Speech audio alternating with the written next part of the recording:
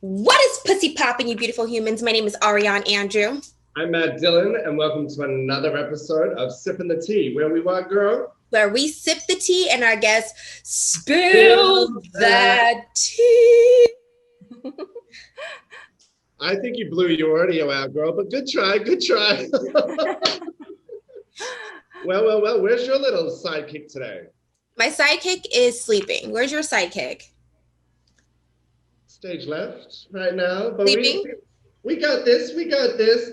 If anyone knows anything about pop culture, then this lady down here may look a little familiar. She was part of what I call like legacy life.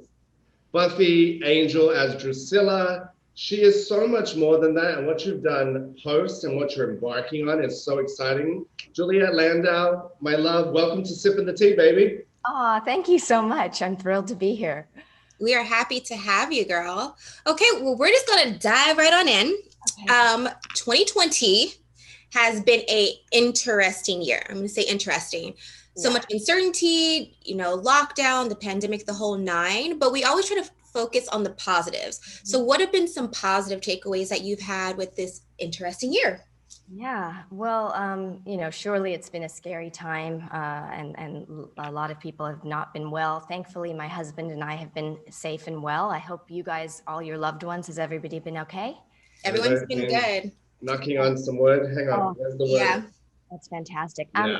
I think hopefully the positives that will come out of it is that we will hopefully come together as human beings instead of being so polarized and so, having such disparate views, and just, the underlying humanity in all of us will hopefully be united and will, take care of one another and focus on that.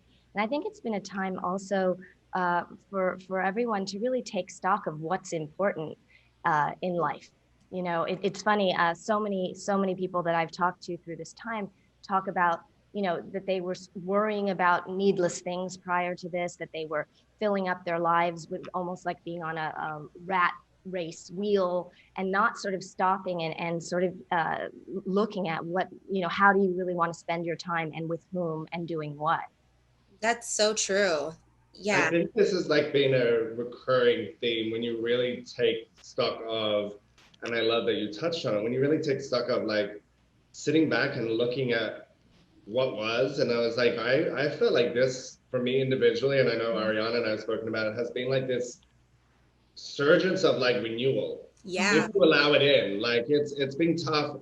There's no doubt about it. It's been crazy times, but it's like also been really self-reflective. So I appreciate you touching on that, because I think, you have a great influence and a great following of people that, people going through tough times, and it's like I just hope that we can all find that humanity, like you said, and really connect. Come together. We've never been so divided before. It's crazy. So it is crazy, and it's also find what the commonalities are and take care of one another rather than propagating more and more sort of hate, and let's focus on what brings us all together as people.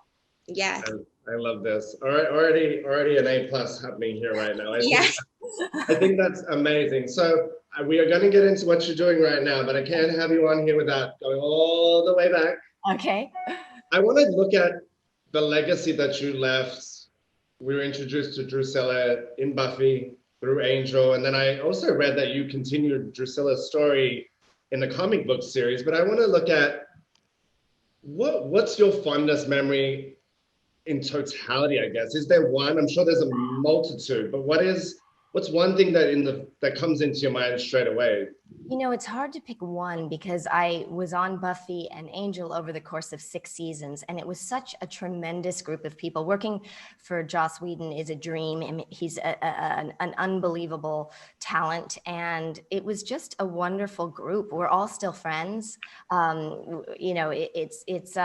It's hard to pick one. I mean, there's some funny, behind the scenes stories. There's some of those things if you want. Spill the tea, girl. Come on, girl. I'm about to sip. Let's go. You're ready. Okay, trying to think of what might be a good one. All right, so in the episode where Drusilla kills Kendra with her nails, we actually were shooting the sequence where my character goes into the confessional in 1860 just prior. And so we couldn't have the Drusilla manicure, which was at that point red with white tips in 1860. It was not appropriate. And we needed it for the close-up in the next shot. And so Todd McIntosh, the Emmy-winning brilliant makeup artist, said, well, why don't we do some, those press-on nails, and we'll use those for this sequence. So I said, okay, that makes sense. And so we did those. I was in, I think, 5-inch heels. I was working with Bianca Lawson on this, and we had gone through sort of all of the fight choreography, everything by the numbers. You usually block something, which is the where you're moving in a scene. We did it with this stunt master. We figured everything out. You usually do it slowly and then sort of increase speed every time. It was great.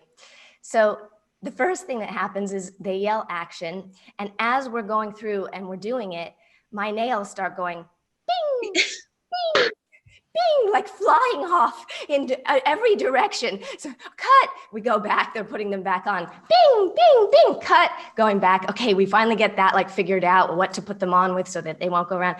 And then Bianca, she was supposed to kick me right in the like mid level, and I was cupping my hands, and all of a sudden we're in the middle of a take, and I see sort of in slow, how accidents always happen in slow motion.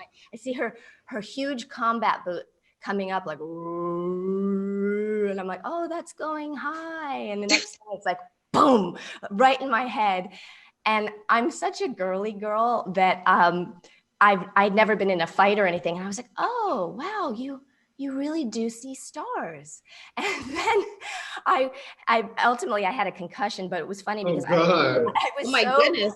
I was so trained like not to ruin the take. I have a dance background, and it was like, I'm just going to keep going. So I actually grabbed her by the neck and I looked her in the eyes and I backed her up against the wall. And it's actually the take that is in the show. Because I'm going back to watch this. I'm like dying. Oh my goodness. So, and I'm looking at her like, don't you ever do that again. And it's funny. So you'll see if you catch any nails flying, and if you'll catch my extra intensity in that moment. Wow. That's some tea. I like that. Yeah. They say those are like the best moments though. Like, where it's like, okay, you had something planned, but then it goes different. You're like, okay, that actually worked better. Yeah, I love that. I mean, I'm not in terms of a concussion, but yes, exactly. That part. You survived to tell the story though. Blessings. Yes. So would you be open to, like, if there was an opportunity for a reboot, would you be like, yes, I'm down for the reboot? Yeah, I'd love to come back and if it was Drew, they have to do it kind of soon. We're supposed to be vampires that don't age. So, it has been a little bit of time. And so we'd have to get to it, I think, sooner rather than later. But yeah, it's a great group of people. It'd be really fun. I love that. I think that's amazing. Well, I want to talk about your film, and I want you to spill the tea on everything. I want you to tell us the inception, how it all came about, and where you want to take it. Because I think I've been seeing the little way you've been like promoting it and little tidbits. It's really like there's an edge to it that's like fresh and new. So give us kind of where this came in. Yeah. Okay. So the movie is called A Place Among the Dead. It is my directorial feature debut. I star in the movie. It's all about the repercussions of growing up under the sway of narcissism and evil. I play an alter ego version of myself, as does Gary Oldman, Ron Perlman, Robert Patrick, Lance Henriksen, Joss Whedon, and best-selling authors Anne Rice and Charlaine Harris, who are appearing for the first time ever in a movie. And it's, it came about because my husband and I both come from this background, and we wanted to make a movie that we hadn't seen before and cover something that hasn't been covered in films and isn't really talked about in society as a whole. But we realized that there's a yearning for it. If you type in narcissism, the numbers are staggering. For YouTube, I'm going to go, because I pulled them up so that I'd have them for you guys. YouTube videos. Wow. 9,120,000.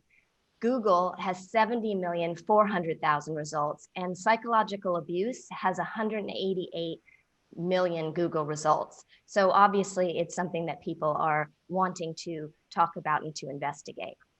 Wow, that's very interesting. Yeah. I mean, what I love is because I know, when it comes to entertainment and actors, they always say like, it's always best to like branch out, create your own. So kind of like walk us through that process. Like say there's an actor out there who's like, I want to create my own work, but I don't know where to start, or I feel like I don't have the funds. Like what advice would you give to them? Well, I would say, first of all, definitely do it, and pick a project that you're exceedingly passionate about, because you're going to be living with it for a while, and it's your passion that's going to carry you through, and the rest of your team that you bring on. And I would say, there's such a learning curve. I mean, my husband and I raised the financing. We co-produced, we co-wrote, we reached out to all of the talent and secured the talent. Anything that you don't know how to do, you can research, you can look online, you can talk to other people that have done it, you can gather information. I always like to say, learn from the masters, learn all the rules, and then break them if you need to. Yes. So find out as much as you can, and then find a way to do it, because there is a way that, you can always, nowadays especially, you have access to equipment for very little money. You can find a way to make something. I couldn't agree more, because that was fire. That was fire. I agree with you though, because I made a short film, and it's a lot of work. But it was something, like you said, I was so passionate about. It's something that people relate to. Like when you live for the camera, you die behind the scenes, about social media and comparing your life to others. Right. And it's a lot of work, but anything worth having is going to be hard, So what's the name of your film, and can I see it? It's called Jaded Pictures. Tell me again. Jaded Pictures. Oh, cool. Jaded Pictures. Awesome. Yes. But it is not right. No, it's not out because we're trying to pitch it. So okay. I see. It's we have the trailer, but it's cool. Oh, I want to see it. Sounds amazing. Yes. I can't wait for yours too. Yeah. I want to talk about, you just went through every kind of hat that you wore, like in terms of like, I don't know whether I'm going to shake the question up because it's probably not a favorite. It probably all kind of intrinsically blends together. But what part of the process is for you the most fulfilling? Like, being in it, seeing it come to light, having the thought go onto a page. Like, is there a part that when you're like, oh my God, because I'm sure the whole process is amazing. So many parts of the journey. I mean, I would say this right now. I mean, getting to have this conversation with you, and then I can't wait till after you've seen the film, getting to talk to you guys about it. We have, by the way, we have some special events and stuff, and I'll if you guys want to come and we're gonna get to it. But I think it's this part. I think the thing that's been incredible is we finished the movie, we had fortuitous timing in that we completed it literally just before lockdown. And we had our sneak peek screenings the week before everything shut down, and we just finished color correction and the sound design and everything. And the response at our sneak peeks, and then we just did the worldwide virtual premiere that Mac Cosmetics and New York Comic Con sponsored, and we've done some special screening interactive events, and the same thing has happened every time, where the whole audience, many are crying, people want to stay for hours. The entire audience has stayed. We've been having these interactive Zoom after the film Q&A, and they've been going for 3 to 4 hours, and it's been incredible because people are not only talking about the film, they start off really talking passionately about the film, and then sharing their own intensely personal stories. So it's been so powerful and beautiful. It's been incredible. So I would say this part of the process. I like that. I think it's very interesting timing, and I like that you touched on that. The way that you're sharing your work and involving it feels like for everybody, but it feels like in this realm, it's very personal. And I love that you're kind of playing into what is happening in the world and how do we connect. And I think that's amazing that being such it's a very topical subject matter. It is. I mean, if you look, sadly, narcissism, acts of cruelty, it's been escalating and escalating in our society. So it's a sadly a very timely subject, but it's has been a way for us to gather and get together and talk. And we really made the movie to provoke a dialogue, and so that's why this moment is the moment that I'm like, oh, this is what our mission has been. I love that. That's so amazing. So, I mean, obviously we're like, the year's gone by so quick. I'm just like, where's the year gone? But with like 2021 around the corner, and I guess you can say it's a new normal, which, because normal wasn't working, but with 2021 around the corner, like what can we see from you? I mean, you have your film, but is there any other things that you have brewing that you're like, okay, it's in the works right now, and 2021 is going to be the year? I do. I actually, well, I had been recurring on a TNT show called Claws before. Oh, with Karuchi, yes. Karuchi, yeah. Yes, and so I just actually got to shoot another episode of Claws, and I was shooting in the desert in the midst of everything with our film.